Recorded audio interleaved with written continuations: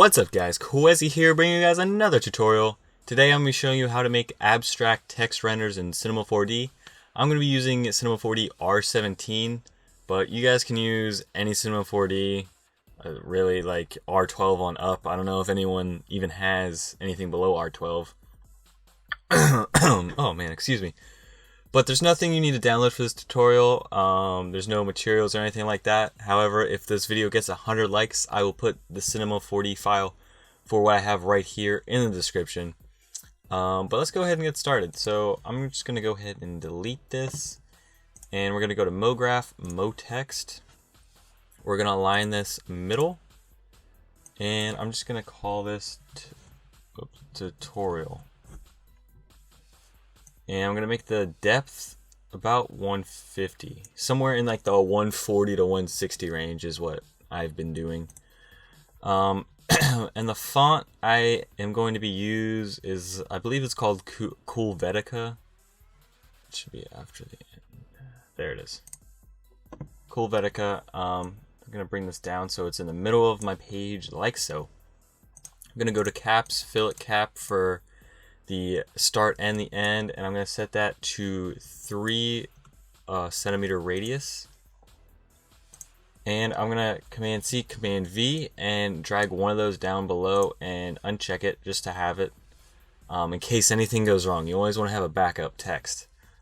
So we're going to take this main text here, and we're going to add white to it first of all. This is going to be our white text. And we're going to go ahead and go to MoGraph Effector Random. You can see the letters go all crazy and stuff. And what I like to do is just set these each to 5 centimeters in the position, and then adjust them later. And we'll check mark the rotation. Make sure you're on the parameter tab.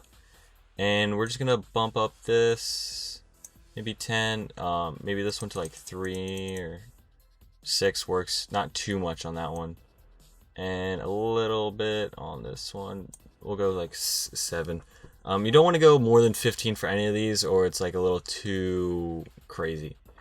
And we're going to go back to the position, and we're going to bump up the X. So as you can see, some things overlap, which is what you want. You want kind of an overlapping look.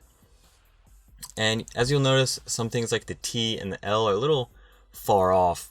So what I'm going to do is go to the text layer and just hit C on the keyboard and open these 2 folders and drag out the folder that has the name of your text, and then delete the other 2 folders or nulls, whatever you want to call them. And let's open this up and let's move in some of these letters. So I'm going to bring in the T a little bit. And I'm going to bring in this L. Alright, and then I'm going to take the TUT. I'm going to hold shift, click the T, click the other T, and just bring these in a little closer to the O. Excuse me, something like that. And, oh shoot, we lost our white material. I accidentally deleted that, so I'm just going to drag that back on. And then I'm going to Command C, Command V, that whole null, or folder, whatever. And we're going to add the other color, which is a green. And I didn't mention this, but these are literally just basic colors. So all I did was essentially go create new material, double clicked on it, and I changed obviously the look. So I right clicked on the little ball and changed it to Object Soft Shadow, and then just changed the color, or brought up the saturation and then changed the color. And that's really all it takes. So you just want a white one and one of color. And we're going to go in here and we're going to move some forward, make some a little bigger, stuff like that. Just get a little bit of variable in like size and shape and colors throughout each letter. So the first one, I'm going to keep it white, and I'm going to drag back the green part of the T, just back a little bit. And I'm going to go to the scaling tool and scale it up a bit, and go to the rotation tool and just rotate it, something like that, just so it's like it just creates a nice little effect there. We don't want anything to be like look placed. Everything kind of wants to look just a little random, if you know what I mean. So let's go ahead to the U, and the U we're gonna bring this out a little bit so the green shows through. And what I'm gonna do actually is let's go to Object tab on the U, and you can see right here in the movement it says 151 centimeters. That is the depth. That's what we said originally when we made the text. I'm just gonna decrease that. So it's something like that. So the green is in the front, white's still in the back. And that's all I'm going to do for that one. Let's go to the second T, and we're going to keep it white again. So we're going to do a similar thing, bring the T back, and we're just going to bring it over, and let's maybe put a rotation on this. And now you guys don't have to do exactly what I'm doing. You can do like variations of things, but sort of this is just the general idea of what you want to do. So I'm going to bring out the O a little bit, and actually I have a camera set up in my Lightroom, and I'm gonna just click out of that so I can get a little side view and bring out this O. And again, I'm gonna decrease the depth, not quite as far, maybe like halfway, like that. And boom. And now we want to get a little more random because we've been going white, green, white, green. Let's keep this R green. So we're gonna leave it out in front there, but we are gonna offset it just a bit, and let's move it forward. Like that. Alright, let's go to the eye, and since the eye is really out of the way, you can't really see it, so I'm going to bring it up and over. So it just kind of adds a little nice effect there. And let's do the A. We're going to also keep this white, and I'm just going to rotate it a bit to the side. Like that. And then finally the L, will keep it green. And actually, let's decrease the size of it a little bit, something like that. That's pretty cool. So now you just want to play with your text, get it how you like. Any color combos. You could add more colors. You could add more layers. One thing that I like to do is to take both of these text layers, Command C, Command V to duplicate them. Select the Move tool and just bring them back, and then flip-flop the colors. And that just kind of, it adds a little more depth. You don't pick up a lot of it in the final render. You can actually move it back a little further if you want. But it's just something I like to do to add more depth and more color variety, I guess. But now let's get into some of the random effects going on around everything. So the first thing I'm going to do is going to go to the objects, and I'm going to get a platonic, and I'm going to go to MoGraph and get a cloner. We're going to put the platonic in the cloner, and actually let's decrease the size of the platonic to maybe 25, so about a quarter of what it is now. And let's go ahead to the cloner, and let's go to mode and put grid array, and let's go to the size at the X, or I guess this is the Y, and bring it out so it goes the full length of our text. And let's play around, maybe bring that up a little bit and increase the depth, something like that. And we can increase the count. You can increase the count by however many you want. That's maybe a little too much. We'll keep it 433. That'll do. And now let's make sure we have the cloner selected, and let's go to MoGraph Effector Random. And let's play with the position. So I'm just going to bump this up, let's bump that up, and let's bump this way up. Now this will give us different depths and just like a cool overall look.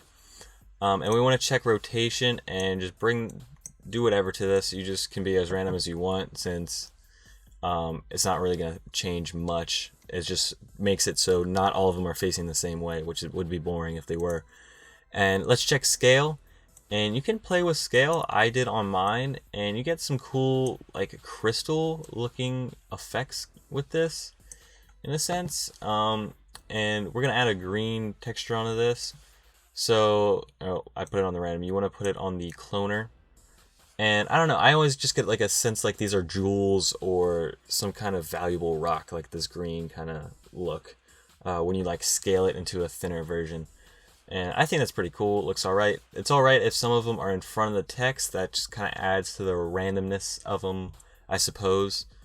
And I'm actually gonna increase some of these a little more so I get a little thin one. So there's a thin one, there's a thin one. That's looking nice. Maybe I'll even expand that a little. Decrease one of these. Ooh. And yeah, as you can see, I'm just playing around with things. You can play around with stuff as much as you want. So moving on to the next thing, we're going to play with some of the stuff in the background of the text. So if you look at the original one I have, I'll drag it on right quick. I have these lines in the background, which I'll show you at the very end, but what I'm concerned about is these kind of abstract shapes in the background, which give a really cool effect. These backlines they're kind of iffy if you want to use them or not. I put them in there because I thought it'd be cool, but I'm kind of second guessing myself with that. But so in the background of these, essentially all you need to do is get another platonic. And so let's get that. And if you select the platonic and you go to type, there's a bunch of different types and you can select whatever you want. So I'm going to do this Icosa, I think that's what it says. And if you go to the deformers, go to displacer, put the displacer in the platonic. Make sure you have your displacer checked. Go to the shading tab, click the little arrow, and go to noise. And then if you go to the object and increase the intensity, you can just get some different looking abstract shapes. So I'm going to go like negative, like a lot right there. And I'm actually going to go ahead and scale this down a bit. Maybe play with this a little more. There we go. That's something that I want. So it's just it kind of looks like two pyramids put together in a sense. And I'm going to get out of my camera and move these to the back. And let's go back in the camera. And we're going to have one in like the top left. Something like that. And we're going to Command C, Command V. And we're going to bring one down. And we can rotate this however we want. So maybe like something like that. That works. Let's duplicate another one. And in mine, I put one like in the center of the O. So is there like a point? Let me get out of the camera again. I'm gonna have to move this forward so it kind of is yeah, there we go. Stick out through the O. That's a pretty cool look. Yeah, I like that. And I'm gonna duplicate the original two on the left side, bring them over to the right, and just rotate them.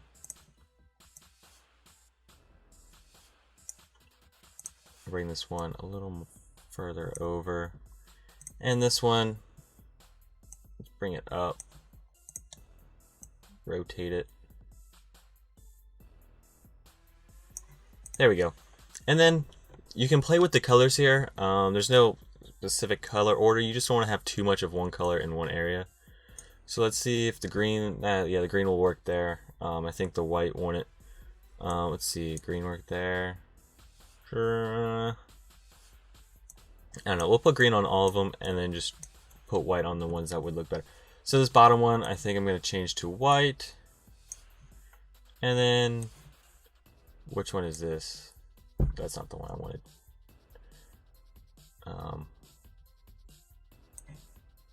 That one. And then, which one's in the middle there? That one. Alright. There we go. So now we got these abstract kind of effects in behind the text. And I'm going to just minimize all these. And then what I'm going to do is select them all. Copy C, copy V. Or Command C, Command V, my bad. And we're going to get an atom array. And actually, let me Command Z. Right click and group objects. Put them all in a group. And then go to atom array and select the group. And we're just going to rotate everything so it's the opposite. So go in the rotation, hold shift, and rotate about 180 degrees. And we're going to put this in an atom array. So I like to set the sphere radius to 2. and the cylinder radius to 1. And then I use green. And now let's just check this out, because this is essentially the final, this is like what it's gonna really officially look like in a sense. You can see the abstract effect down here. Probably would want to change it. It looks a little gray too. I'd clean that up in Photoshop. One thing I did do in the original was select all the text, and I rotated it up ever so slightly like that. And actually, let me play with this abstract. Just move it back like that. Alright, so if you guys think that's good enough for you, you can quit out of the video, whatever, drop a like. But if you want to do the line things in the background, which are really simple, all you need to do, get out of the camera, go ahead to your splines, get a circle. You want to put it XZ and increase the radius so it's essentially just going around the text and going off screen like that. And I'm going to Command C, Command V, and put one at the top here. Command C, Command V, put one at the bottom here. And I forgot to do one thing, and that's move them all forward. So let's get back out of the camera and move them forward. And I'm going to actually have to increase them even more because the camera is still in the way. But there we go. Back to the camera. And essentially, all you need to do is get another circle spline, and then go here and get a sweep NURBS. Add the circle you just put in there in the sweep NURBS. And let's, I meant to click the circle. Let's decrease the circle radius to about 5. And let's duplicate the sweep NURBS twice. So we have a total of 3. And you just add the circle splines to the bottom of the sweep NURBS. And there you go. You kind of get a little effect going in the back of the text. And I like to, oops, I want that in the middle one. That. Don't want you. That. And we can, of course, play around with these. So maybe I want that one a little higher, this one a little lower. And that's basically it if you want those lines. But thank you guys for watching this tutorial. Please leave a like if you enjoyed. Let me know what you guys would want to see next time. If you guys want me to go into a Photoshop part here, show you how to do stuff with this render in Photoshop, I gladly will. Be sure to follow me on Twitter. Subscribe to my YouTube channel for more content. Add my Snapchat, which is Quezzy, for any updates, exclusive stuff, all that jazz. Check out my store below for everything I use. And thank you guys for watching. I'll see you next time. Peace.